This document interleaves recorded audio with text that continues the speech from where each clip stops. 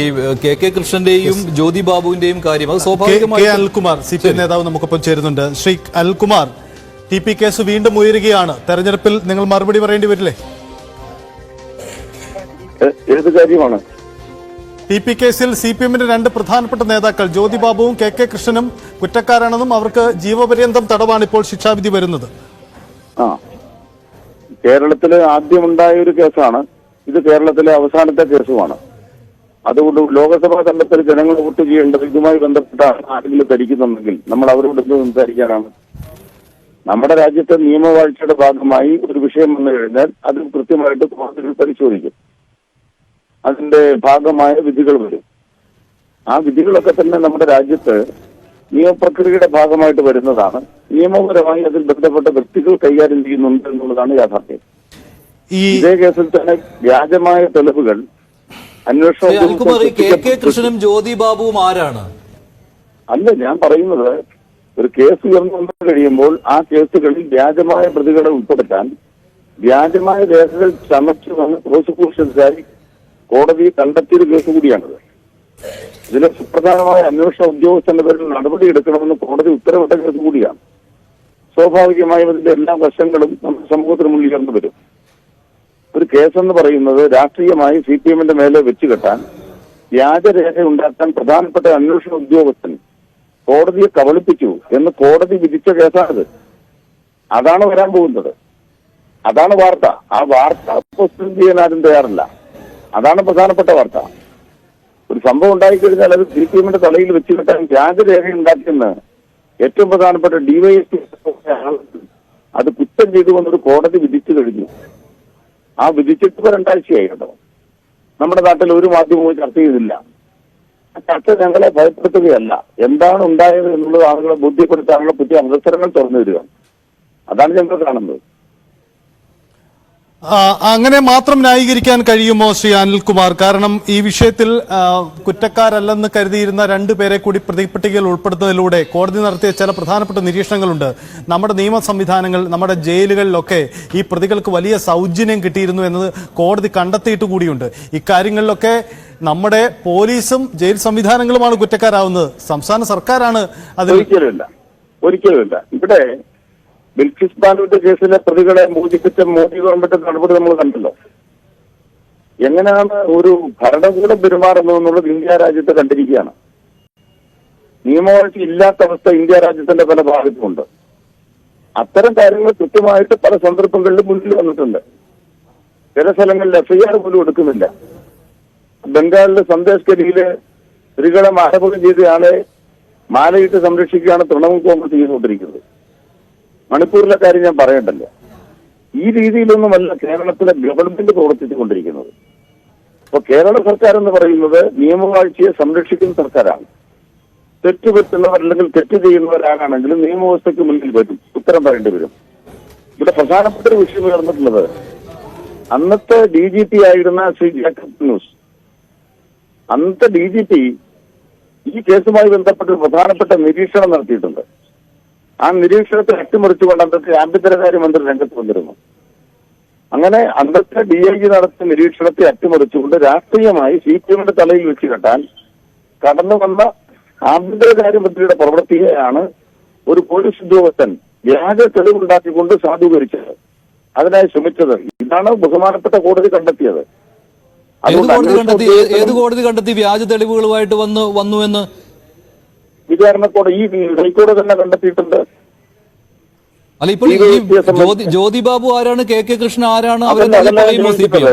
അല്ലല്ല, കെ കൃഷ്ണനെയും ജ്യോതി ബാബുവിനെയും നിങ്ങൾക്ക് അത്ഭുതം തോന്നുന്നത് കാരണം നിങ്ങൾ ആ ജഡ്ജ്മെന്റ് ആ ഭാഗം നിങ്ങൾ വായിക്കില്ല. ഒറ്റ കാര്യമുള്ളൂ, പൂക്കട ഗൂഢാലോചന മാത്രമേ കോടതിയില്ല എന്ന് പറഞ്ഞിട്ടുള്ളൂ ശ്രീ കെ അനിൽകുമാർ. അതിൽ പിടിച്ചു നിൽക്കണ്ട. ആ പൂക്കട ഗൂഢാലോചന ഒഴികെ ബാക്കി എല്ലാം കോടതി ശരിവെച്ചിരിക്കുകയാണ്. കുഞ്ഞനന്ദന്റെ എപ്പിസോഡ് കണ്ടില്ലേ? കുഞ്ഞനന്ദൻ കുറ്റക്കാരനല്ലേ? കെ കൃഷ്ണൻ കുറ്റക്കാരനല്ലേ? ജ്യോതി ബാബു കുറ്റക്കാരനല്ലേ? KC രാമേന്ദ്രൻ കുറ്റക്കാരനല്ലേ? ഇവരൊന്നും CPക്കാരല്ലേ? ദയവായി ഒന്ന് കേൾക്കൂ. ആരെങ്കിലും കുറ്റക്കാരനല്ല എന്നല്ല ഞാൻ പറഞ്ഞത്. ഈ നിർവഹിക്കപ്പെട്ടത് വ്യക്തിവിരോധത്തിന്റെ അടിസ്ഥാനത്തിലാണ് അന്നത്തെ ജേക്കബ് ന്യൂസ് DGP പറഞ്ഞതായി നിങ്ങൾ കേട്ടിട്ടുണ്ടോ? അതിനുശേഷം ആഭ്യന്തരകാര്യമന്ത്രി തിരുവഞ്ചൂർ രാധാകൃഷ്ണൻ അത് തിരുത്തിയ കാര്യം അങ്ങ് കേട്ടിട്ടുണ്ടോ? ആ തിരുത്തലിന് വിടച്ചുണ്ടായ കാര്യം എന്താണെന്നുള്ളതിന്റെ തെളിവാണ് ഞാൻ പറഞ്ഞത്. എന്താണ് തെളിവ്? ബഹുമാനപ്പെട്ട കോടതി കണ്ടെത്തിയിട്ടും നിങ്ങൾക്ക് ഇതുവരെ സമ്മതിക്കാറായില്ലേ? അപ്പോൾ കെ സി രാമചന്ദ്രനെ നിങ്ങൾ CPM അല്ല, കെ സി രാമചന്ദ്രനെ നിങ്ങൾ തള്ളി പറഞ്ഞു, നിങ്ങൾ കുഞ്ഞനന്ദനെ തള്ളി പറഞ്ഞിട്ടില്ല, ജ്യോതി ബാബുവിനെ തള്ളി പറഞ്ഞിട്ടില്ല, കെ കൃഷ്ണനെ തള്ളി പറഞ്ഞിട്ടില്ല. കേൾക്കൂ സാർ, ഞാൻ പറയുന്നത് കേൾക്കൂ സാർ. അതായത് അന്നത്തെ രാഷ്ട്രീയമായ കേസല്ല, വ്യക്തിവിരോധത്തിന്റെ ഭാഗമായി ഉണ്ടായ കേസാണ്. ആ നിരീക്ഷണം പറഞ്ഞ DGP ആണ്, CPM-നോട് പറഞ്ഞ നിരീക്ഷണമല്ല. അതിനെ മറികടന്നുകൊണ്ട് അന്നത്തെ ആഭ്യന്തരകാര്യമന്ത്രി പരസ്യ പ്രതികരണം നടത്തി അതിനെതിരായി, DGP-ക്കെതിരായി. ഇത് രണ്ടും നിങ്ങളുടെ മുമ്പിലുണ്ട്. ഇത് ഞങ്ങളുടെ മുമ്പിലുള്ളത് കേരള ഹൈക്കോടതിയുടെ ഒരു വിധിയാണ് സാർ. ശ്രീ കെ അനിൽകുമാർ, ഞങ്ങളുടെ മുന്നിലുള്ളത് കേരള ഹൈക്കോടതിയുടെ ഒരു വിധിയാണ്. ഒറ്റ ചോദ്യമേ ഉള്ളൂ, കെ സി രാമചന്ദ്രനെ തള്ളി പറഞ്ഞതുപോലെ കെ കൃഷ്ണനെയും ജ്യോതി ബാബുവിനെയും തള്ളി പറയാനുള്ള ധൈര്യമുണ്ടോ CPM-ന്? അത് തന്നെ ഉത്തരം പറയുന്നത്. അതായത് DGP പോലീസ് പറഞ്ഞതും ആഭ്യന്തരകാര്യമന്ത്രിയുടെ തിരുവഞ്ചൂരാകാശം പറഞ്ഞ തമ്മിലുള്ള കാര്യം അകലെ എന്താണ്? രാഷ്ട്രീയമായ കേസല്ലാതെ വ്യക്തിവിരോധമാണെന്ന് പറയുന്നു DGP. അന്നത്തെ കോൺഗ്രസിന്റെ ആഭ്യന്തരകാര്യമന്ത്രി അതിനെ തള്ളി പറയുന്നു. അതിനുശേഷം രാഷ്ട്രീയമായി ഞങ്ങളുടെ പെടലിക്ക് വെച്ച് കെട്ടാൻ വരുന്നു. എന്നിട്ട് അദ്ദേഹം എന്ത് ചെയ്യുന്നു? CPM-ന്റെ കോഴിക്കോട് ജില്ലാ സെക്രട്ടറി മോഹനൻ മാസ്റ്റർ സന്ദർഭത്തിൽ അവിടെ ഇല്ലാത്തൊരാള് അവിടെ ഒരു ഗൂഢാലോചനയിൽ പങ്കെടുക്കുന്നതിന് ഒരു മകസർ തയ്യാറാക്കുന്നു, വ്യാജമായൊരു മകസർ തയ്യാറാക്കുന്നു. ഇത്തരത്തിലൊരു കാര്യം ചെയ്തു എന്ന കാര്യം ഒരു കോടതി കണ്ടെത്തിയിട്ടും രാഷ്ട്രീയമായി ഞങ്ങളുടെ പെടലിക്ക് വെച്ച് കെട്ടാൻ വന്നൊരു കേസാണിതെന്നും ആ കേസിനെ കുറിച്ച് രാഷ്ട്രീയമായി ഞങ്ങളെ കുറ്റമുക്തരാക്കിയെന്നും വായിച്ചെടുക്കാൻ കഴിയാത്തത്, നിയമം അറിയാത്തത് കൊണ്ടല്ല. അല്ലല്ല, രാഷ്ട്രീയമായിട്ടൊന്നും ഇത് രാഷ്ട്രീയ കൊലപാതകമല്ലെന്ന് പറയാൻ അപാരമായ ചങ്കൂറ്റവും തൊലിക്കെട്ടിയും വേണം ശ്രീ കെ അനിൽകുമാർ. ഈ 7 ഗുണ്ടകൾ പോയി, 7 ക്രിമിനലുകൾ പോയി, ഞങ്ങൾ ഒരു പരിചയവുമില്ലാത്ത TP ചന്ദ്രശേഖരനെ വെട്ടിക്കൊന്നിട്ട് വന്നു എന്നൊക്കെ പറയാൻ അപാരമായ തൊലിക്കെട്ടി താങ്കൾക്ക് വേണം.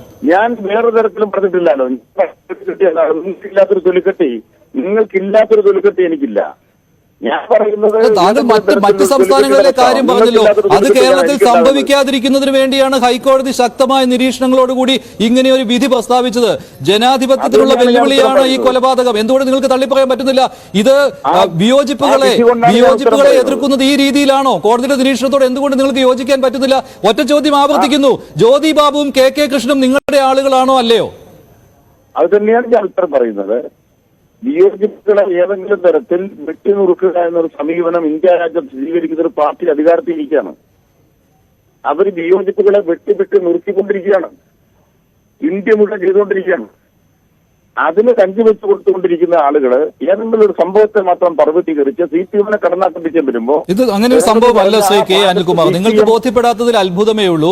ഇക്കാര്യത്തിൽ ഇനിയും ചോദ്യത്തിന് ഉത്തരം പറയുന്നില്ല. അല്ല, കുഞ്ഞനന്ദനെ കുടുക്കിയെന്ന് നിങ്ങൾ പറയുന്നു, കുഞ്ഞനന്ദനെ കുടുക്കിയെന്ന് പറയുന്നു. അങ്ങനെയെങ്കിൽ കെ കൃഷ്ണൻ TP ചന്ദ്രശേഖരന്റെ തല തെങ്ങിൻ പൂക്കുല പോലെ ചിതറിത്തെറിക്കുമെന്ന് പറഞ്ഞ കെ കൃഷ്ണനെ നിങ്ങൾ തള്ളിപ്പറയുമോ ഇല്ലയോ? അവിടെയാണ് കൃത്യമായിട്ട് ഞങ്ങൾ പറയുന്നത്. ഒരു രാഷ്ട്രീയ പ്രക്രിയയുടെ ഭാഗമായി അവിടെ പല കാര്യങ്ങളും നടന്നിട്ടുണ്ട്. മാന്യന്മാരായിട്ട് പറയുന്ന കുറെ ആളുകളുടെ ഭാഗത്തുണ്ടായ പെരുമാറ്റം ഞങ്ങൾക്ക് വേറെ സന്ദർഭത്തിൽ വേണം നമുക്ക് ചർച്ച ചെയ്യാം. നിങ്ങൾ ഇരവാദം ഉന്നയിക്കുന്ന ആളുകൾ അവിടെ ചെയ്ത കാര്യം നമുക്ക് ചർച്ച ചെയ്യാം, അത് വേറൊരു വിഷയം. അതാരാണ്? അത് വ്യക്തമാക്കൂ, ആരാണെന്ന് പറയൂ. അതല്ലല്ല, അതൊക്കെ നമുക്ക് ഇതുപോലെ ചർച്ചയിൽ പോകണല്ലോ. വിശുദ്ധമായ കാര്യം നമുക്ക് ചർച്ച ചെയ്യാമേ, എന്റെ ചോദ്യത്തിന് ഉത്തരം കിട്ടിയില്ല. കെ കൃഷ്ണൻ, ജ്യോതി ബാബു പോട്ടെ, K Krishnan Onchiyam area committee അംഗം K Krishnan Onchiyam area committee അംഗമായിരുന്നില്ലേ? സംശയം അല്ലെങ്കിൽ താങ്കൾ തിരുത്തി പറയാം. കെ കൃഷ്ണൻ നിങ്ങളുടെ ആളാണോ ഇല്ലയോ? അതിന് മറുപടി കിട്ടുന്നില്ല സാർ. മറുപടി കൃത്യമായിട്ട് ഞങ്ങൾ പറഞ്ഞിട്ടുണ്ട്, CPM പറഞ്ഞിട്ടുണ്ട്. CPM-ന്റെ ഇപ്പോഴത്തെ മറുപടി ഇതാണ്: രാഷ്ട്രീയമായി അതിനെ ഞങ്ങളെ കടന്നാക്രമിക്കേണ്ട കാര്യമല്ല. കാരണം രാഷ്ട്രീയമായി ഞങ്ങൾക്ക് ഇതിൽ പങ്കില്ല.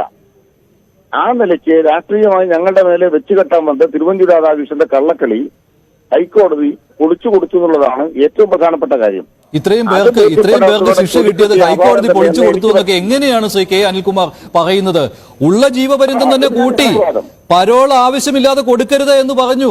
ഇതെല്ലാം ഹൈക്കോടതി പറഞ്ഞിട്ട് ഹൈക്കോടതി പൂട്ടിക്കെട്ടിയെന്ന് പറയുന്നത്. താങ്കൾ ടെലിഫോണിൽ തുടരുക. ഇപ്പോൾ ശ്രീ VT ബൽറാം, കോൺഗ്രസ് നേതാവ്, മുൻ MLA